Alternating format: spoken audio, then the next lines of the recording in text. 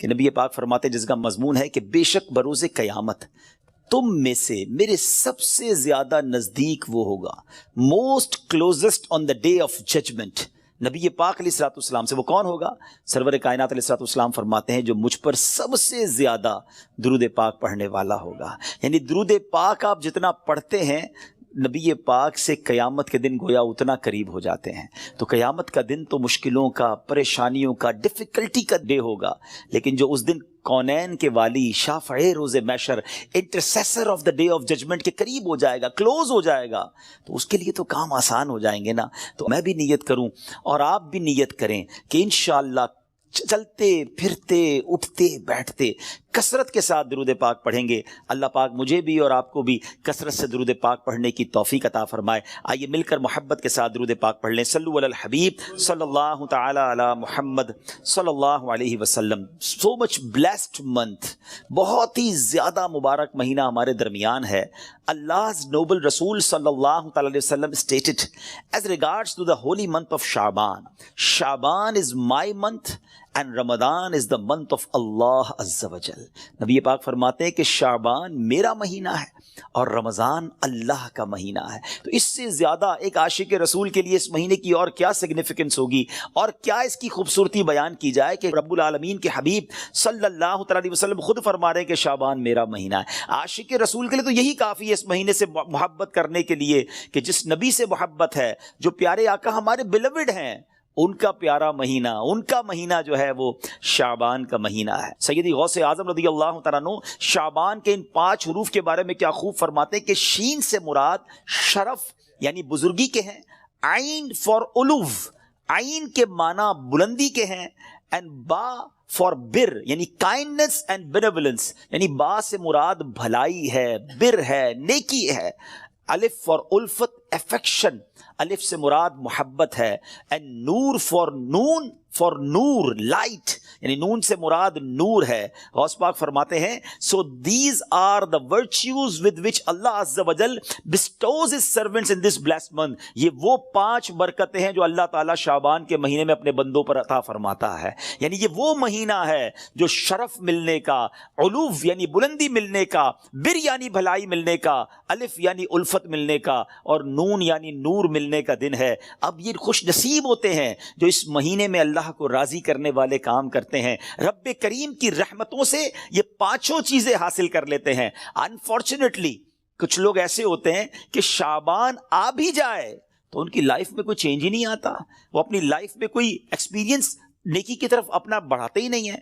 غور کیجئے میٹھے اسلامی بھائیوں کہ آج ہماری زندگی میں کیا چینج آیا ہے۔ سرکار علیہ الصلوۃ والسلام کے جو ڈیوٹیز تھے، جو صحابہ کرام تھے، وہ کیا کرتے تھے کہ جب رجب کا مہینہ آتا وہ عبادتوں کی طرف رجوع لاتے اور ساتھ ساتھ کیا کرتے، اپنے معاملات کو سمیٹنا شروع کرتے۔ شعبان کا مہینہ آتا تو کاروباری لوگ اپنا لینا دینا کر لیتے، حکمران کیا کرتے، اپنا جناب سارا معاملہ جو ہے وہ عدالت کا سیٹل ڈاؤن کر لیتے، اور اس کے بعد رمضان آتے ہی وضو کر کے اعتکاف میں بیٹھ جاتے۔ Actually the month of Shaban is the preparation of Ramadan, لیکن بہت سارے لوگوں کو تو کچھ اس کا احساس ہی نہیں ہے۔ So please try to understand that we are in the mid of Sha'ban right now. Half of Sha'ban already gone. But آدھا شعبان تو پہلے ہی چلا گیا ہے، اب آدھا ہی تو رہ گیا ہے جس میں برکتیں لوٹنی ہیں اور جس میں اللہ کریم کی رحمتیں ہم سب نے حاصل کرنی ہیں۔ مزید سنتے ہیں انشاءاللہ کہ شعبان المعظم کی کیا خوبصورت فضائل ہیں اور نبی پاک علیہ الصلوۃ والسلام کا اس میں ایٹیٹیوڈ کیا تھا، پیارے آقا کا اس میں انداز کیا تھا۔ نبی پاک کا سب سے زیادہ پسندیدہ مہینہ بی بی عائشہ فرماتی ہیں شعبان کا ہے۔ میرے آقا اس میں روزے رکھتے رکھتے رکھتے اس کو رمضان سے ملا دیتے۔ اللہ اکبر، اللہ کے حبیب علیہ الصلوۃ والسلام اتنے روزے رکھتے۔ اچھا یہ کیوں رکھتے تھے؟ What is the reason behind this? ذرا یہ بھی سن لیجئے کہ نبی پاک علیہ الصلوۃ والسلام ہماری تعلیم کے لیے کیا شاندار جملہ ارشاد فرماتے ہیں۔ سیدنا اسامہ بن زید رضی اللہ تعالیٰ عنہ said, I asked یا رسول اللہ صلی اللہ تعالیٰ علیہ وسلم, I see that you observe fast more extensively in the month of Shaban than any other month. حضور میں آپ کو دیکھتا ہوں کہ آپ باقی تمام مہینوں سے زیادہ شعبان میں روزوں کی کثرت فرماتے ہیں۔ یقیناً اس میں رمضان کے روزے تو الگ ہیں، باقی مہینوں کی بات ہو رہی ہے۔ The Holy Prophet صلی اللہ تعالی علیہ وسلم replied, it is a month between Rajab and Ramadan. یہ مہینہ ہے جو رجب اور رمضان کے درمیان ہے. People are neglectful to it. لوگ اس سے غفلت میں ہیں. In this month the deeds of people are ascended towards Allah Azza wa Jal. یہ وہ مہینہ ہے جس میں اللہ کی بارگاہ میں بندوں کے اعمال پیش کیے جاتے ہیں. And I love that my deeds to ascended in a state when I am observing fast. میں چاہتا ہوں جب میرے اعمال اللہ کی بارگاہ میں پیش کیے جائیں اس وقت میں روزے سے ہوں. آپ ذرا سوچئے میٹھے اسلامی بھائیوں, اللہ کے حبیب علیہ الصلوۃ والسلام جن کے صدقے میری اور آپ کی مغفرت ہونی ہے. ہم پڑھتے ہیں نا, تیرے صدقے میں آقا سارے جہان کو دین ملا. آقا کے صدقے تو ایمان ملا ہے, مگر یہ ہماری تعلیم ہے کہ نبی پاک فرماتے ہیں کہ میری خواہش یہ ہے کہ جب میرے اعمال اللہ کی بارگاہ میں پیش ہوں تو میں روزے سے ہوں. اب یہ سکھا رہے ہیں ہمیں, بتا رہے ہیں کہ دیکھو اعمال پیش ہونے کی رات ہے. اس رات بندوں کے اعمال اللہ کی بارگاہ میں پیش ہوتے ہیں. میں پوچھنا چاہتا ہوں اسلامی بھائیوں سے, ہم سب کو پتا ہے ہمارے اعمال میں کیا ہے, کتنی خطائیں ہیں, کتنی بے شرمیاں ہیں, کتنے جرم ہیں. کیا ہمیں کچھ آج شرم آ رہی ہے؟ کیا یہ فیلنگز ہیں کہ یا اللہ کچھ بھی نہیں ہے؟ آج ہمارے اعمال تیرے دربار میں آ رہے ہیں, ہم جانتے اس میں اپنے کالے کر دیے اپنے نامہ اعمال, کچھ نہیں مالک تیری بارگاہ میں پیش کرنے کو. اور میرے کریم, ہم پہلے سے اس بات کا اقرار کرتے ہیں کہ ہم امتحان میں فیل ہیں. وی آر لاسٹ یا اللہ عز و جل. مگر مالک آج مغفرت کی رات ہے, آج رحمت کی رات ہے. اگر تیری رحمت صرف اچھوں پر برستی رہی تو ہم کدھر جائیں گے؟ آج گڑ گڑانا ہے میرے میٹھے اسلامی بھائیوں. آج کی رات وہ رات ہے, روایتوں میں مضمون ملتا ہے کہ آج آسمان دنیا سے یہ ندا دی جاتی ہے کہ ہے کوئی مانگنے والا کہ اس کی مراد پوری کی جائے. ہے کوئی مغفرت کا طلبگار کہ اس کو اس کی مغفرت کر دی جائے. ہے کوئی توبہ کرنے والا کہ اس کی توبہ قبول کی جائے. تو آج تو اعلان ہو رہا ہے نا, لیکن کیا ہم اس کیفیت میں ہیں؟ کیا ہم اللہ کی بارگاہ میں اس طرح گڑ گڑا رہے ہیں کہ مولا بس آج معاف کر دیجیے؟ ورنہ حالت تو یہ ہے, وہ پنجابی شاعر لکھتے ہیں نا, جے میں ویکھاں عملاں ولے کچھ نہیں میرے پلے. کچھ ہے ہی نہیں, ایوری تھنگ لاسٹ. ہم نے ساری زندگی بیکار کاموں میں تو گزاری, نیکیاں کی تو اس میں اخلاص نہیں, ریاکاری. جے میں ویکھاں عملاں ولے کچھ نہیں میرے پلے, پر جے ویکھاں میں رحمت رب دی بلے بلے بلے. اس رات کا احادیث میں کس انداز سے ذکر ہوا. The mother of believer سیدتنا عائشہ صدیقہ رضی اللہ تعالی عنہا stated, I heard that holy prophet sallallahu alaihi wasallam saying, Allah Azza wa Jal opens the portal of mercy in 4 nights. Bibi Aisha کہتی ہے میں نے نبی پاک علیہ الصلوۃ والسلام سے سنا ہے کہ اللہ اپنی رحمتوں کے دروازے, رحمتوں کی جو برسات ہے وہ ان 4 راتوں میں برساتا ہے. مضمون حدیث ہے. نمبر 1, the night of عید الاضحیٰ, وہ رات جو عید الاضحیٰ سے پہلے آتی ہے. نمبر 2, the night of عید الفطر, جس کو چاند رات ہم کہتے ہیں. رمضان کے بعد جو رات آتی ہے صبح عید ہوتی ہے. یہاں میں عرض کرتا چلوں کہ وہ رات بھی تو کچھ دنوں میں آئے گی, مگر اس رات کیا ہوتا ہے؟ طوفان بدتمیزی ہوتا ہے. یہ رحمت کی رات ہے, یہ مغفرت کی رات ہے. Number 3, Bibi Aisha said that 15th night of Shaban, as in this night the names of those destined to die this year. 15 شعبان کی رات, اور اس رات اس سال مرنے والوں کے نام بھی لکھے جاتے ہیں. Provision of sustenance of people and the names of those who shall perform Hajj that year are inscribed. آپ فرماتی کہ نبی پاک نے فرمایا اس رات اس سال میں کس کو کتنا رزق دیا جائے گا یہ بھی شب برات لکھا جاتا ہے, اور اس سال کون کون حج کرے گا یہ نام بھی شب برات لکھے جاتے ہیں. اتنی نازک رات ہے. The 4th night, night of Arafah, the night between the 8th and 9th of Dhul Hijjah until the azan of Fajr. 8 اور 9 ذو الحجہ کی درمیان کی رات, یہ چوتھی رات ہے جو رحمتوں کے دروازے کھول دیے جاتے ہیں, اور یہ عرفہ کی رات کہلاتی ہے. Dear Islamic brothers, how critical the 15th night of Shaban al-Muazzam is. کتنی نازک رات ہے. No one knows what will be predestined for him. Sometimes a person is heedlessly busy in these activities while mishaps are destined for him. لوگ غفلت میں ہوتے ہیں, انہیں پتہ ہی نہیں ہوتا کہ ان کے بارے میں کیا لکھا جا رہا ہے. ذرا غور کیجئے. It is stated in غنیۃ الطالبین, یہ وہ کتاب ہے جو سیدی غوث اعظم رضی اللہ تعالیٰ سے منسوب ہے. غوث پاک تحریر فرماتے ہیں The shrouds of many people are washed and prepared, but they are busy wandering around in the markets. Ghaus Pak کہتے ہیں کچھ کفن دھل کر تیار ہوتے ہیں مگر اس کو پہننے والے بازاروں میں گھوم رہے ہوتے ہیں. آپ فرماتے ہیں there are many people whose graves have been dug and ready, but they are busy enjoying themselves. فرماتے ہیں کچھ لوگوں کی قبر کے گھڑے خودے تیار ہوتے ہیں مگر وہ گھوم رہے ہوتے ہیں, وہ بازار میں مذاق مستی اور جناب گناہوں میں مصروف ہوتے ہیں. ایک بات میں آپ کو بس اس جملے کے تحت بتاؤں, پہلے بات پوری کر لوں پھر میں آپ کو پریکٹیکلی بھی سمجھاؤں گا. آپ فرماتے ہیں number of people are busy laughing although the final moment of their death is approaching. کچھ لوگ ہنسی مذاق کر رہے ہوتے ہیں مگر موت کا وقت قریب آ گیا ہوتا ہے. فرماتے ہیں the construction of many houses is about to complete, but at the same time the lifetime of the owners is also about to complete.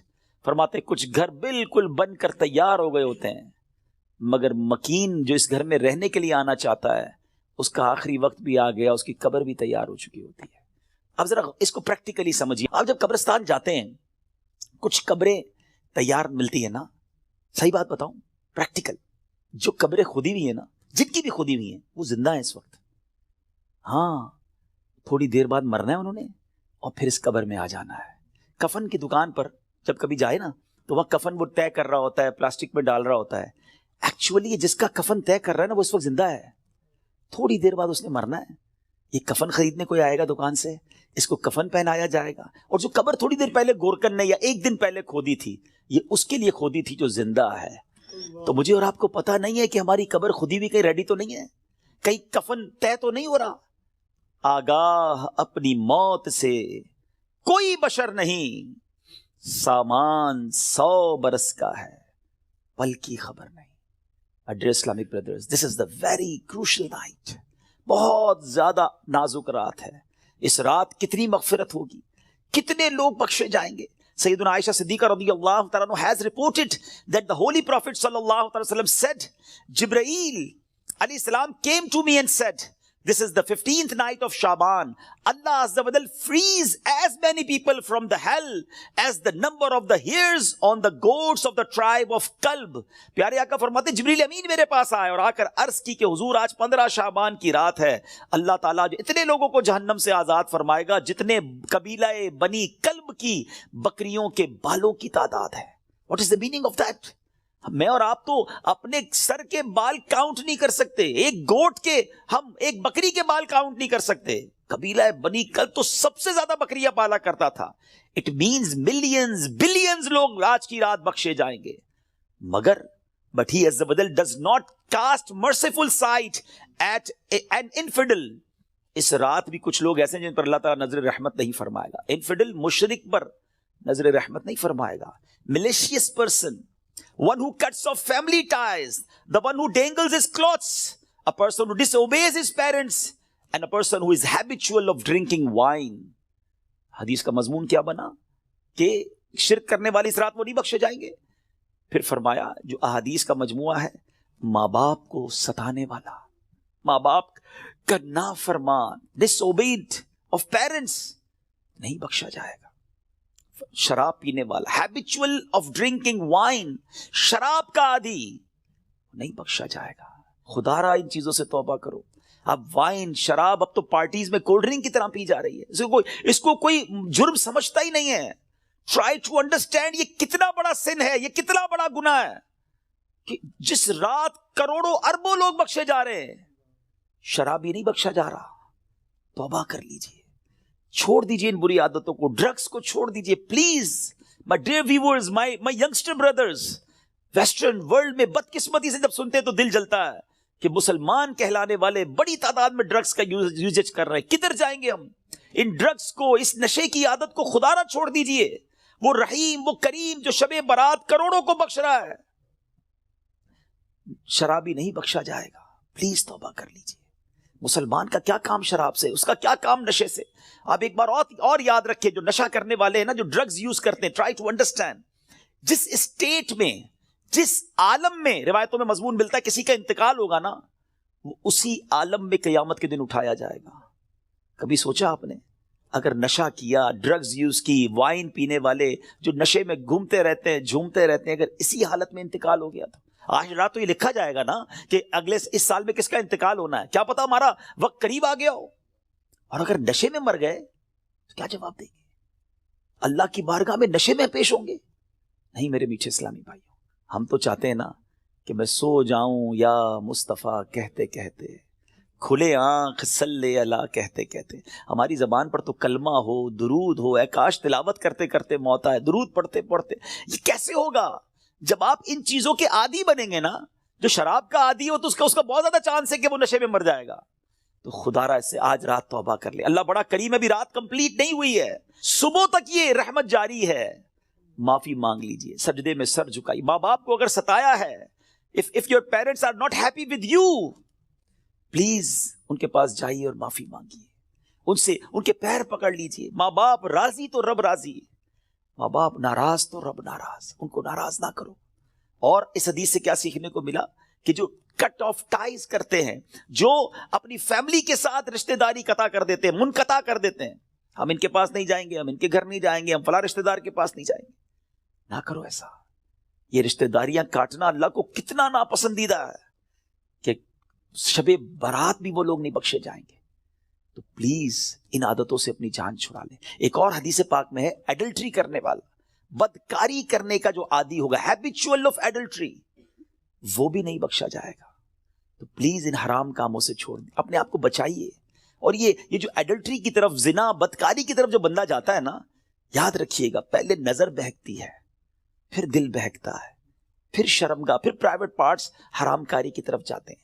تو ہمارے یہ شٹر جو ہے نا، اسی کو بند کر دینا کہ حرام نہیں دیکھوں گا۔ اپنے موبائل پر، اپنے انٹرنیٹ ڈیوائسز پر ہم کیا دیکھ رہے ہوتے ہیں؟ پہلے حرام بندہ دیکھتا ہے، اور پھر یہ جو ہم نے دوستیوں کے نام پر جو گرلز اینڈ بوائز کی دوستیاں چل رہی ہوتی ہیں کہ نہیں جناب ہم only friends, it is not allowed in Islam. یہ دوستیاں ہی پھر حرام کی طرف لے کر جاتی ہیں۔ جو اسلام نے ہمیں جن چیزوں سے منع کیا، مسلمان ہیں، ہمیں جنت میں جانا ہے نا، اللہ کو راضی کرنا ہے۔ اگر رب ہی ناراض ہو گیا تو بنے گا کیا؟ آج کی رات اگر ایڈلٹری کرنے والا نہیں بخشا گیا، پھر اس کو سوچیے تو اس کا بنے گا کیا؟ تو پلیز میک ریپینٹنس، گر گڑائیے اپنے رب کی بارگاہ میں۔ اور دیکھیں توبہ کیا ہے۔ توبہ کے ویسے تو کئی ڈیٹیل علماء نے بتائی، مگر ان شارٹ اگر میں آپ کو بتاؤں نا، الندم التوبہ، شرمندگی توبہ ہے۔ پہلے تو اپنے اندر گلٹ فیل کیجئے کہ یا اللہ میں بہت برا ہوں، بہت غلطیاں ہیں، مالک معاف کر دے، اور پھر آئندہ نہ کرنے کا پکا ارادہ، اے اللہ اب نہیں کروں گا، میں تجھ سے وعدہ کرتا، I promise in your court یا اللہ عز و جل، give please accept my repentance، میری توبہ قبول کرنے، مالک اب نہیں کروں گا۔ تو یہ پکی توبہ انشاءاللہ، کیا پتا اللہ کریم کی آج رحمت برس جائے اور وہ ہمیں آج معاف کر دے۔ What a beautiful incident، کیا خوبصورت واقعہ، ذرا ایمان کی جو چاشنی کے ساتھ سنی۔ امیر المومنین سیدتنا عمر بن عبد العزیز رحمۃ اللہ تعالی علیہ was once busy in worship in the 15th night of شعبان۔ حضرت عمر بن عبد العزیز امیر المومنین تھے جس وقت 15 شعبان کی رات عبادت میں مصروف ہیں۔ When he raised his head, he found a green slip of paper whose refulgence was extending up to the sky۔ جب وہ اپنے سر اٹھاتے ہیں نا تو اپنے ساتھ ایک گرین کلر کا پیپر دیکھتے ہیں جس کا نور آسمانوں تک جا رہا ہوتا ہے۔ It was bearing the words، اس پہ لکھا ہوا کیا ہے؟ هذه براءة من النار من الملك العزيز لعبده عمر بن عبد العزيز، meaning this is an order of absolution from the hellfire sent from Allah Azza wa Jal, the omnipotent, for his servant عمر بن عبد العزیز رحمۃ اللہ تعالیٰ۔ یہ اللہ کی طرف سے اپنے بندے عمر بن عبد العزیز کے لیے جہنم کی آگ سے آزادی کا پروانہ ہے۔ ہائے ہائے ہائے، جس سے رب راضی ہو ان کو ایسے انعامات عطا ہوتے ہیں۔ تو میرے میٹھے اسلامی بھائیوں اور مدری چینل کے ناظرین، ذرا سوچئے کہ ہم نے بھی تو اللہ سے مغفرت لینی ہے نا، ہم نے بھی تو اپنے رب کو راضی کرنا ہے۔ ہمارے بزرگان دین ہمیں سمجھاتے ہیں کہ یہ دنیا جی لگانے کی نہیں ہے۔ It's not too long, we have to go, we have to die. ہم سب کو اس دنیا سے جانا ہے۔ ذرا امیر المومنین حضرت ابوبکر صدیق رضی اللہ تعالیٰ کا فرمان سنیں، وہ کیا کہتے ہیں؟ the leader of the believers سیدنا صدیق اکبر رضی اللہ تعالیٰ would say during the sermon، ان کا ایک انداز ہوتا تھا، وہ خطبے کے دوران کیا کہتے ہیں؟ where are those with beautiful faces، کہاں ہیں خوبصورت چہروں والے؟ where are those who were arrogant about their youth، کہاں ہیں وہ لوگ جو اپنی جوانی پر بڑا ناز کرتے تھے؟ where have those kings gone who had magnificent cities constructed and had them fortified with giant forts. کہتے وہ بادشاہ کدھر ہیں جنہوں نے بڑے بڑے شہر بنائے اور بڑے بڑے قلعے بنائے, ان کی شان و شوکت ہوا کرتی تھی. Where are those who were victorious on the battlefield? کدھر ہے وہ سپہ سالار اور وہ جنگجو جو میدان جنگ میں جیتا کرتے تھے؟ Without any doubt, time has ruined them and they are now lying in the darkness of the grave. بغیر کسی شک کے وقت نے انہیں ختم کر دیا, پامال کر دیا, اور آج وہ اپنی اندھیری قبر میں ہیں. Hurry up, جلدی کرو. Exceed in performing good deeds and seek salvation. سیدنا ابوبکر صدیق کہتے ہیں جلدی کرو اور اللہ کو راضی کرنے والے کام کر لو اور نجات حاصل کر لو. کاش یہ باتیں ہمارے دل میں گھر کر جائے. بندہ کہتا ہے یار ابھی تو ایک گھر ہے, 2 بنانے ہیں, ابھی تو چھوٹا ہے بڑا بنانا ہے, ابھی تو یورپ میں ہے پاکستان میں بھی گھر بنانا ہے, ابھی تو چھوٹا بزنس ہے بڑا کرنا ہے, 5 ایئرز بعد یہ ٹارگٹ ہے, 10 ایئرز بعد یہ ٹارگٹ ہے, 20 ایئرز بعد یہ ٹارگٹ ہے, اتنے پاسپورٹ لینے ہیں, یہ جناب ویزے لینے ہیں. مگر پتہ بھی نہیں چلتا اور بندہ کیسے دنیا سے چلا جاتا ہے. آئیے میں آپ کو ایک اور واقعہ سناؤں. سیدنا عمر بن عبد العزیز جن کو براءت کا پروانہ ملتا ہے, یہ امیر المؤمنین ہیں, کس قدر نیک ہیں. ایک بار ایک جنازے کے ساتھ قبرستان تشریف لے گئے. ہم بھی گئے گریو یارڈ, ہم بھی جاتے ہیں جنازے میں, ہماری کیا کیفیت ہوتی ہے. Look at the feeling of سیدنا عمر بن عبد العزیز رضی اللہ تعالیٰ عنہ when he visited graveyard. وہاں ایک قبر کے پاس بیٹھ کر غور و فکر میں ڈوب گئے. کسی نے عرض کی اے امیر المومنین آپ یہاں تنہا کیوں تشریف فرمائیں؟ فرمایا ابھی مجھے قبر نے مجھے پکار کر بلایا اور بولی اے عمر بن عبد العزیز مجھ سے کیوں نہیں پوچھتے میں اپنے اندر آنے والوں کے ساتھ کیا برتاؤ کرتی ہوں. میں نے اس قبر سے کہا مجھے ضرور بتا. وہ کہنے لگی جب کوئی میرے اندر آتا ہے تو میں اس کا کفن پھاڑ کر جسم کے ٹکڑے ٹکڑے کر ڈالتی ہوں اور اس کا گوشت کھا جاتی ہوں. کیا آپ مجھ سے یہ نہیں پوچھیں گے میں اس کے جوڑوں کے ساتھ جوائنٹس کے ساتھ کیا کرتی ہوں؟ میں نے کہا یہ بھی بتاؤ. تو کہنے لگی ہتھیلیوں کو کلائیوں سے, گھٹنے کو پنڈلی سے, پنڈلیوں کو قدموں سے جدا کر دیتی ہوں. اتنا کہہ کر حضرت عمر بن عبد العزیز ہچکیاں لے کر رونے لگے. جب کچھ افاقہ ہوا, کچھ اسی طرح عبرت کے مدنی پھول لٹانے لگے کہ اے اسلامی بھائیوں اس دنیا میں ہمیں بہت تھوڑا عرصہ رہنا ہے. جو اس دنیا میں صاحب اقتدار ہے وہ آخرت میں انتہائی ذلیل و خوار ہوگا. جو اس جہاں میں مالدار ہے وہ آخرت میں فقیر ہوگا. اس کا جوان بوڑھا ہو جائے گا, جو زندہ ہے وہ مر جائے گا. دنیا کا تمہاری طرف آنا تمہیں دھوکے میں نہ ڈال دے, کیونکہ تم جانتے ہو کہ یہ بہت جلد رخصت ہو جاتی ہے. کہاں گئے تلاوت قرآن کرنے والے, کہاں گئے بیت اللہ کا حج کرنے والے, کہاں گئے ماہ رمضان کے روزے رکھنے والے؟ خاک نے ان کے جسموں کا کیا حال کر دیا. اے میرے میٹھے اسلامی بھائیوں, یہاں عمر بن عبد العزیز رضی اللہ تعالیٰ جھنجھوڑ رہے ہیں کہ عبادت بھی کرنی ہے تو اخلاص کے ساتھ کرنی ہے, اور اگر عبادت بھی دکھلاوے والی ہے تو قبر میں ان کا بھی حال برا ہو جائے گا. حضرت عثمان غنی رضی اللہ تعالیٰ کا ایٹیٹیوڈ آپ کو بتاؤں کہ عثمان غنی رضی اللہ تعالیٰ قطعی جنتی ہیں. اللہ اکبر, عشرہ مبشرہ سے ان کا شمار ہوتا ہے. اور لیکن ان کا انداز کیا ہوتا تھا. عثمان غنی رضی اللہ تعالیٰ جب قبرستان جاتے, قبر جاتے تو اس قدر روتے تھے کہ آپ کی داڑھی مبارک تر ہو جاتی. عرض کی گئی جنت و دوزخ کا تذکرہ کرتے وقت آپ اتنا نہیں روتے, مگر قبر پر بہت روتے ہیں. اس کی وجہ کیا ہے؟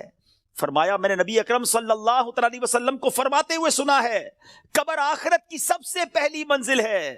اگر صاحب قبر نے اس سے نجات پائی تو بعد کا معاملہ اس سے آسان ہے, اور اگر ادھر نجات نہ ملی تو آگے کا معاملہ اور زیادہ سخت ہے.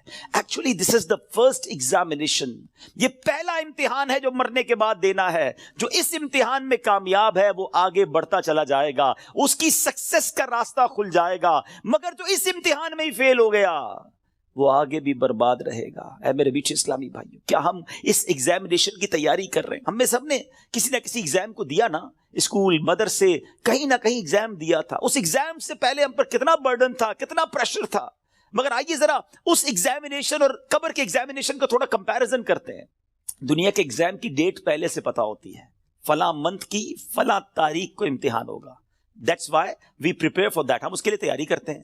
ٹھیک ہے. سیکنڈ, اس پیپر کو جب ہم دیتے ہیں اگر فیل ہو جائیں تو اس کو ریپیٹ دینے کا موقع ملتا ہے. سپلیمنٹری پیپرز ہوتے ہیں, یا زیادہ سے زیادہ یہ ہوتا ہے کہ بھائی 1 سال آپ کا فیل ہو گیا, آپ دوبارہ اس کلاس میں پڑھیں گے, دیٹس اٹ, اور تو کچھ نہیں ہوتا.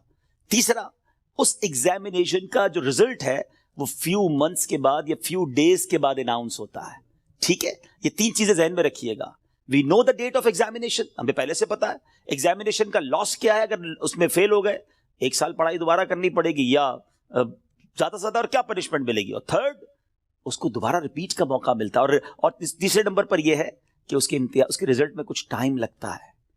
قبر کا امتحان یہ کیسا امتحان ہے, کبھی سوچا آپ نے؟ دیر از نو سپلیمنٹری پیپر, دوسرا چانس نہیں ہے. ادھر 1 سال پیچھے رہ جائیں گے, ادھر قیامت تک قبر میں مار پڑتی رہے گی. قیامت تک اللہ ناراض ہو گیا تو جہنم کی کھڑکی کھلی رہے گی, سانپ اور بچھو آ جائیں گے. کون بیئر کر سکتا ہے اللہ کی پنشمنٹ کو؟ کون اس سزا کو برداشت کر سکتا ہے؟ ایسے نہیں روتے تھے. حضرت عثمان غنی بالکل کریکٹ فرمایا انہوں نے کہ یہی پہلی منزل ہے, اور we have to clear this exam. کسی صورت میں نے اور آپ نے اس امتحان کو پاس کرنا ہے. ادھر فیل ہو گئے تو مارے جائیں گے, اور پھر اس کے بعد اس کا رزلٹ دیر سے اناؤنس نہیں ہوتا. ادھر جواب دینا ہے, صحیح جواب دیا تو جنت کی رحمتیں ہیں, تا حد نگاہ قبر وسیع ہے, اور ادھر رانگ آنسر دیا, ادھر جناب جہنم کا عذاب شروع ہو جائے گا, جہنم کی کھڑکی کھل جائے گی. اور پھر جو سب سے زیادہ کروشل بات ہے, سب سے زیادہ ڈرنے والی بات ہے, we don't know the date of that examination. ہمیں پتہ ہی نہیں ہے وہ امتحان کب دینا ہے. وہ آج بھی ہو سکتا ہے. جی ہاں, ہم میں سے ہو سکتا ہے کہ کل رات کوئی اپنے گھر میں نہ سوئے, قبرستان میں ہو. ہمیں یہ پتہ ہی نہیں ہے کب امتحان ہوگا. تو جب ہمیں پتہ نہیں ہے تو it means we have to prepare daily. ہمیں روز یہ طے کر کے سونا ہے یا زندگی گزارنے کے آج اگر امتحان دینا ہے تو میں تیار ہوں, میں اس امتحان کے لیے تیار ہوں. I have a question of all of you. میں اب آپ سب سے ایک سوال کرنا چاہتا ہوں. اپنے آپ سے ایک سوال کرتے ہیں ناظرین, میں اپنے آپ سے بھی کروں اور آپ سے بھی پوچھتا ہوں. اگر آج مر گیا, مر تو سکتا ہوں نا, یہ تو پاسبل ہے نا. آج مر گیا, کیا میں تیار ہوں قبر کے امتحان کے لیے؟ میں جواب دے پاؤں گا کہ اللہ راضی ہے مجھ سے؟ کیا ایسی زندگی گزارنی ہے کہ مار نہیں پڑے گی؟ تو پھر تو ٹھیک ہے. If the answer is yes, then it's okay. اور اگر آنسر یہ نہیں آ رہا دل سے کہ نہیں ابھی تو بہت گناہ ہیں, بڑی خطائیں ہیں, توبہ کرنی ہے, اچھا بننا ہے, نمازیں بھی کئیوں کی قضا ہو رہی ہیں, حرام روزی بھی چل رہی ہے, حرام چیزوں کو دیکھ بھی رہا ہے, حرام سن بھی رہا ہے, جھوٹ بھی زبان سے گیا نہیں ہے, غیبتیں بھی جاری ہیں, ماں باپ الگ پریشان ہیں, فیملی الگ ٹینشن میں ہے, روزی حرام بھی چل رہی ہے, ابھی نہیں مرنا بھائی, ابھی تو توبہ کرنی ہے. تو پھر بتاؤ نا, کب توبہ کرو گے؟ کب قبر کی تیاری کرو گے؟ ابھی تو سنا کہ یہ اچانک موت کا ہوگا شکار, پتہ بھی نہیں چلتا. روز صبح کئی لوگ گھر سے نکلتے ہیں اور کہہ کر جاتے ہیں کہ میں جب ایوننگ میں واپس آؤں گا نا تو یہ والا کھانا بنا کے رکھنا, یہ والے میرے کلاتھس استری کر کے ذرا ریڈی کر کے رکھنا, have to go with my friends. بندہ واپس نہیں آتا, لاش واپس آتی ہے. ایسا ہوتا ہے نا, ہمارے ساتھ بھی ایسا ہی ہوگا, پتہ ہی نہیں ہوگا. اور لوگ کہیں گے یار ہمارے ساتھ ہی تو تھے آج, ارے صبح ملاقات ہوئی تھی, کل تو کھانا ساتھ کھایا تھا, اس کا انتقال ہو گیا.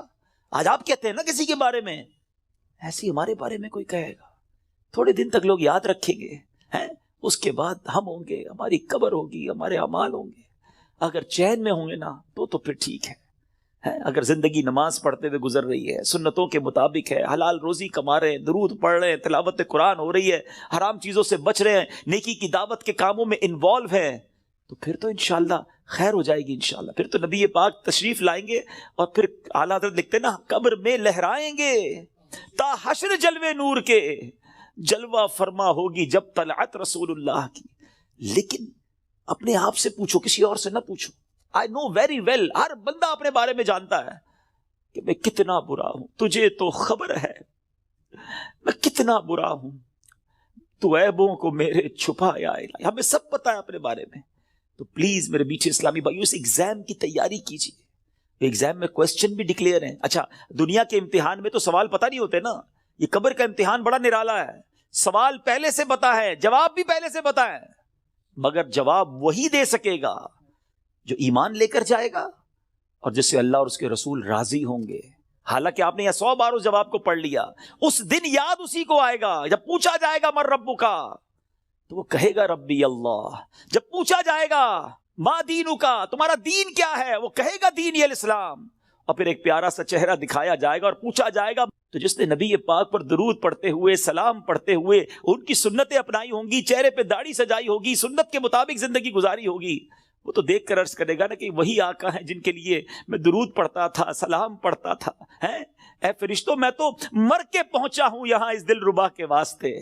لیکن ایسی لائف گزری کہ نہیں، کہیں ایسا نہ ہو کہ نبی پاک جب تشریف لائیں تو نبی پاک کی پہچان ہی نصیب نہ ہو، آقا ہی چہرہ نام سے موڑ لیں. کیونکہ نبی پاک نے فرمایا نا فمن رغب عن سنتی فلیس منی، جس نے میری سنت سے منہ موڑا وہ ہم میں سے نہیں. سوچئے سنت کے بغیر جو زندگی گزار رہے ہیں، حرام کاموں میں زندگی گزار رہے ہیں، گناہ گار تو ہیں مگر بندے تو رب کے ہیں نا. وہ بندوں کو ان کی ماؤں سے زیادہ چاہنے والا ہے. اس کی رحمت تو چاہتی ہے، جی ہاں اس کی رحمت چاہتی ہے کہ میں اور آپ بخشے جائیں، مگر ہم چاہتے ہیں کہ نہیں.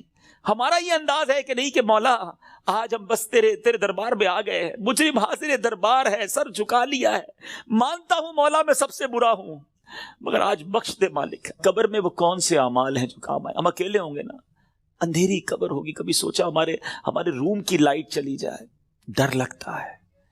پنکھا نہ چلے، ایئر کنڈیشن گرمیوں میں نہ چلے تو نیند نہیں آتی. جنریٹر، یو پی ایس کتنے انتظام کرتے ہیں.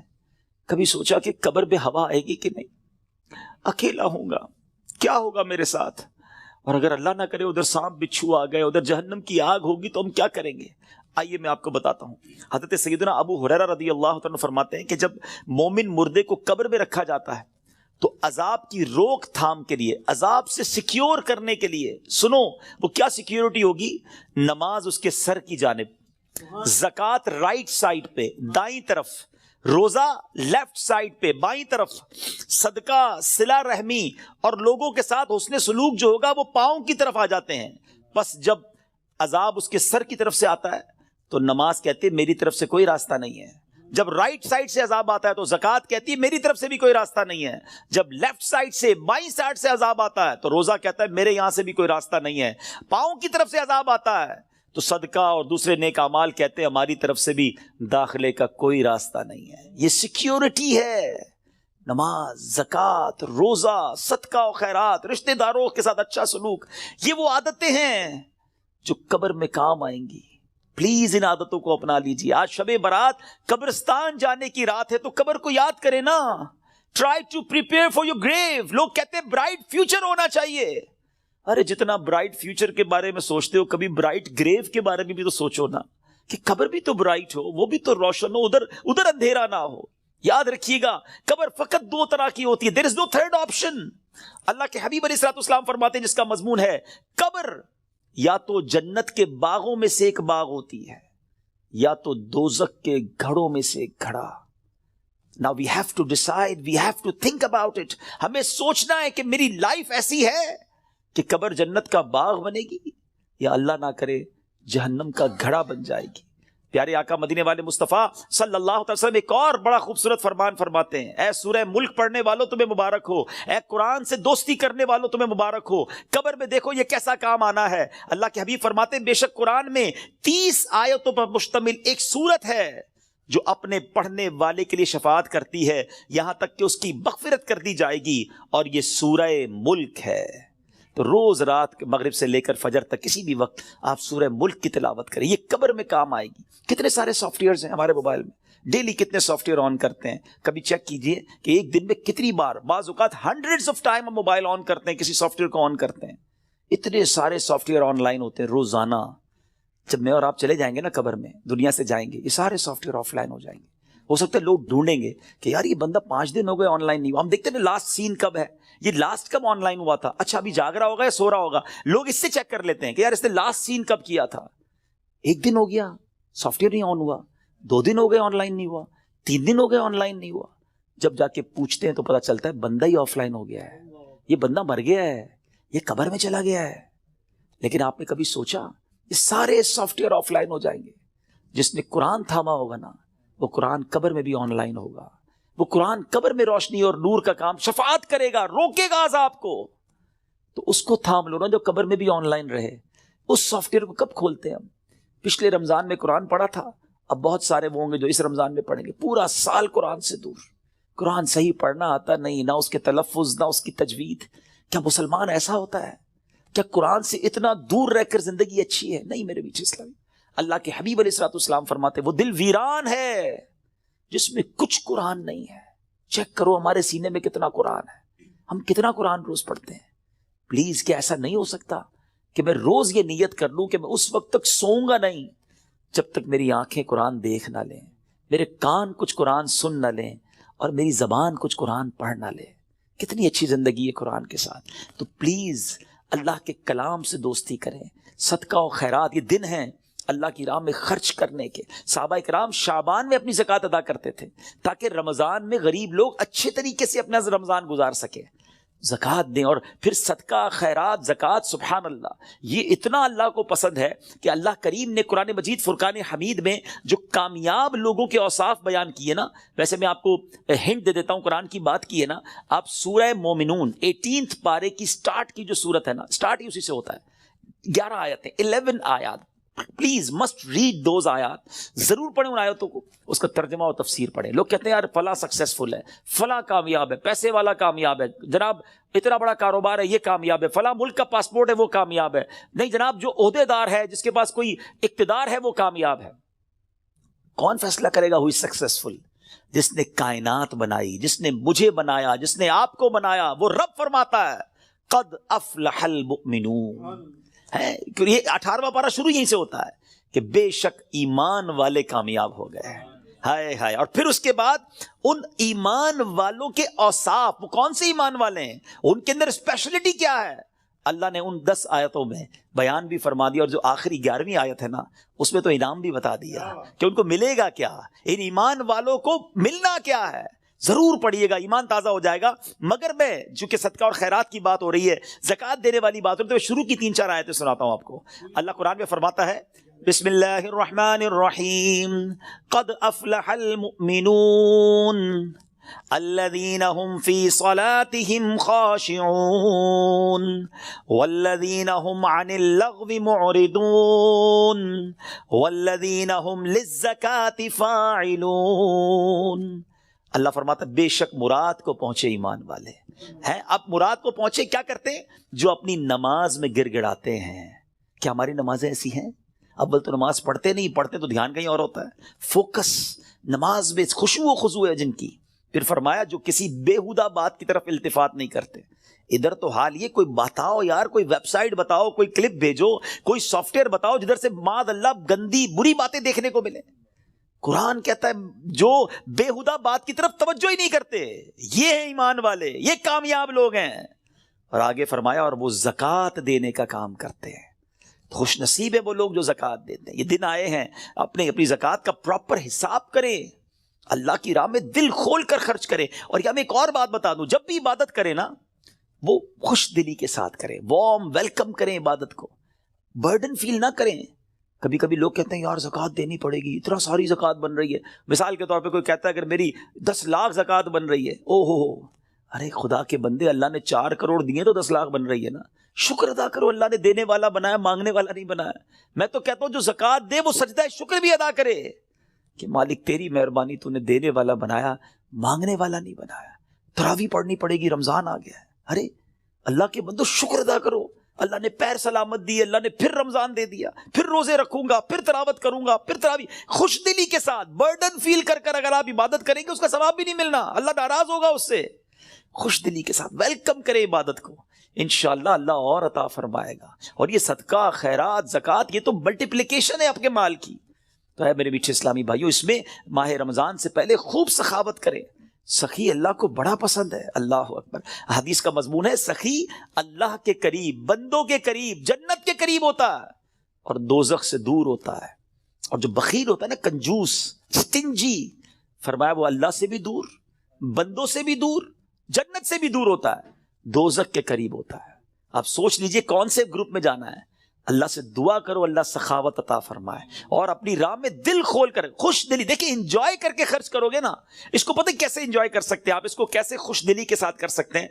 مال انسان کو یقیناً پسند ہوتا ہے, یہ انسان جو ہے نا اس کے اندر جس کو کہے کہ دل کے اندر مال سے محبت ہے. اب اس مال کو خرچ کرتے ہوئے خوشی کیسے ہو؟ اس کا بڑا پیارا علماء نے طریقہ بتایا کہ بندہ یہ سوچے، یہ سمجھے اور یقین کرے کہ جو میں دے رہا ہوں نا یہ جا نہیں رہا ہے، یہ میرے ہی اکاؤنٹ میں جمع ہو رہا ہے اور ملٹی پلائی ہو رہا ہے. سبحان. جب یہ آپ کا مائنڈ سیٹ بن جائے گا نا، مثال کے طور پہ ہمارے یہاں لوگ کمیٹی ڈالتے ہیں، بی سی ڈالتے ہیں، تھوڑے تھوڑے پیسے، کیوں یار مشکل وقت میں کام آئیں گے، اسی لیے ڈالتے ہیں نا.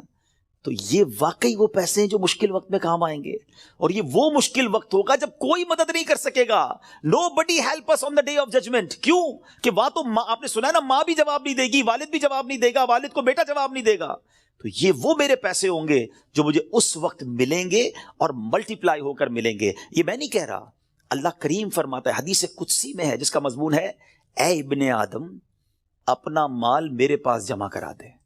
اللہ کا فرمان سنے، میرے پاس جمع کرا دے، نہ جلے گا، نہ ڈوبے گا، نہ کم ہوگا، نہ چوری ہوگا. میں تجھے اس دن لوٹاؤں گا جس دن تجھے ایک ایک نیکی کی ضرورت ہوگی. اب بتاؤ خرچ کرتے وقت مزہ کیوں نہ ہے؟ اگر یہ ذہن بن جائے کہ یار میں جمع کرا رہا ہوں، قیامت کے دن ملٹی پلائی ہو کے ملے گا، جب میں پھنسا ہوا ہوں گا زیادہ ملے گا، تو بندہ کہ اور ڈال دو یار، تھوڑے اور لے جاؤ بھائی. تو آپ انجوائے کریں اللہ کی راہ میں خرچ کرنے کے لیے، کسی غریب کو، کسی مسجد میں، کسی فقیر، جو رشتہ دار غریب فقراء ہیں بانٹیں. اور سوچے نا، میں آج کی مثال دیتا ہوں. میں آج ایک جگہ بیٹھا تھا، زکوٰۃ سیمینار تھا میرا، وہاں بیان تھا، تو وہاں کچھ بزنس کمیونٹی کے لوگ بیٹھے تھے، آپس میں بات ہو رہی تھی کہ یار مجھ سے وہ لینے آئے تو میں تو دے چکا تھا، زکوٰۃ تو دے دی تھی. تو میں نے کہا آپ کو اور دینا چاہیے. کہا یار پوری تو دے دی تھی. میں نے کہا اللہ نے دینا روک لیا ہے. خاموش ہو گئے. میں نے کہا میں آپ کو حدیث سناتا ہوں، میں نہیں کہہ رہا، اللہ کے حبیب علیہ الصلوۃ والسلام فرماتے جس کا مضمون ہے، گن گن کر خرچ نہ کرو ورنہ وہ رب کریم بھی تمہیں گن گن کر عطا فرمائے گا. یہ روک لیتے ہیں نا جو بھائی ہم نے دے دیا جتنا دینا تھا، ارے دیتے رہو. وہ جب دیے جا رہا ہے، آپ جانے والا راستہ بھی کھلا رکھو، وہ اور عطا فرمائے گا. یہ ملٹی پلائی ہے، یہ وہ ایسا سرکولیشن ہے جو آپ کا بڑھتا ہی رہے گا. These are the days for generosity. یہ دن ہے اللہ کی راہ میں خرچ کرنے کے، نیکی کے کام میں خرچ کیجیے. آپ نے سنا تو صحیح کہ صدقہ پیر کی طرف آ کے کھڑا ہو جائے گا، عذاب سے بچائے گا. نماز سر کی طرف آ کے کھڑی ہو جائے گی. جناب روزہ، اب یہ ساری وہ نیکیاں ہیں، زکوٰۃ، یہ بچائیں گی آپ کو. اللہ مجھے اور آپ کو یہ نیکیاں کرنے کی توفیق عطا فرمائے.